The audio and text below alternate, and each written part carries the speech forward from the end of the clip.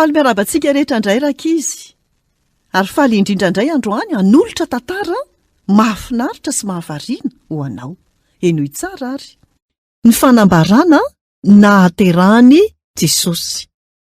Lioka 1:1. Tonga Andriamanitra.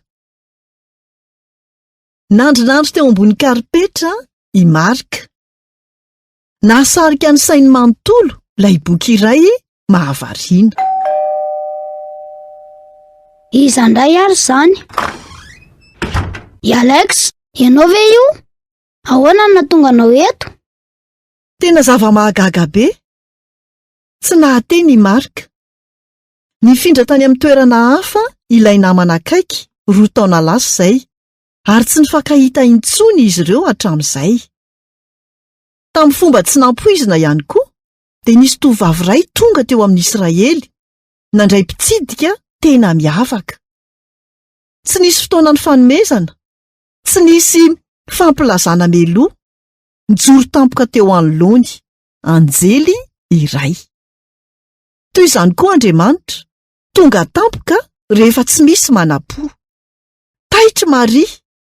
Aza matahotra ianao ry Maria, tia ianao Andriamanitra. Manantona antsika Andriamanitra ary miteny izy, na dia amin'izao ankehitriny izao aza. Miresaka amintsika amin'ny alalan'ny teniny, ny Baiboly izy. Indraindray izy dia miteny amin'ny alalan'ny fahagagana na amin'ny alalan'ny olon-kafa ihany koa. Fony mbola tsy nisy ny Baiboly, dia matetika Andriamanitra no miresaka tamin'ny olona, tamin'ny nofy, na tamin'ny fandefasany anjely. Ry Maria, ombanao anie Andriamanitra, tsy ho ela dia hanana zaza ianao. Ahoana no ahatanteraka izany? Tsy manambady ary tsy miara-mipetraka amin'ny lehilahy? Andriamanitra dia hanao fahagagana ao anatinao, ary ny fanimasina ho tonga ao aminao, ary hanaloka anao izy.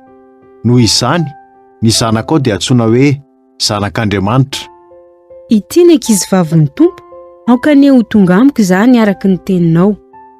Nitranga ny fahagagana, teraka tao amin'ny fihinanam-bilona tao Betlehema ny zanak'Andriamanitra. Tamin'ny alalan'i Jesosy no nahatongavan'Andriamanitra teto amin'izao tontolo izao. Tonga teto amintsika izy mba hanatona antsika azy. Efa imbetsaka no nankalaza Krismasy, saingy mbola mampitolagaga hatrany io fahagagana io. Ilay Andriamanitra lehibe dia tonga olombelona anakaiky antsika. Tamin'ny alalan'i Jesosy dia nanantona antsika Andriamanitra. Akaiky kokoa, hany ka afaka mahita sy mikazikazy ny olona. Na faly ireo mpiandriondry izany. Tonga eto amintsika amin'ny alalan'i Jesosy Andriamanitra, ary afaka manantona anao koa izy.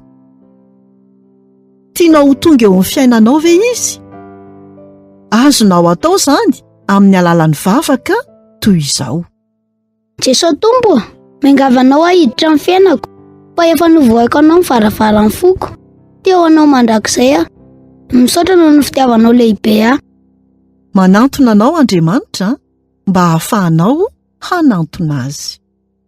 Izay indray no anjara hafatra ho antsika tamin'ity anio ity, tahiny Tompo daholo, nanolotra ny tantara zokomy.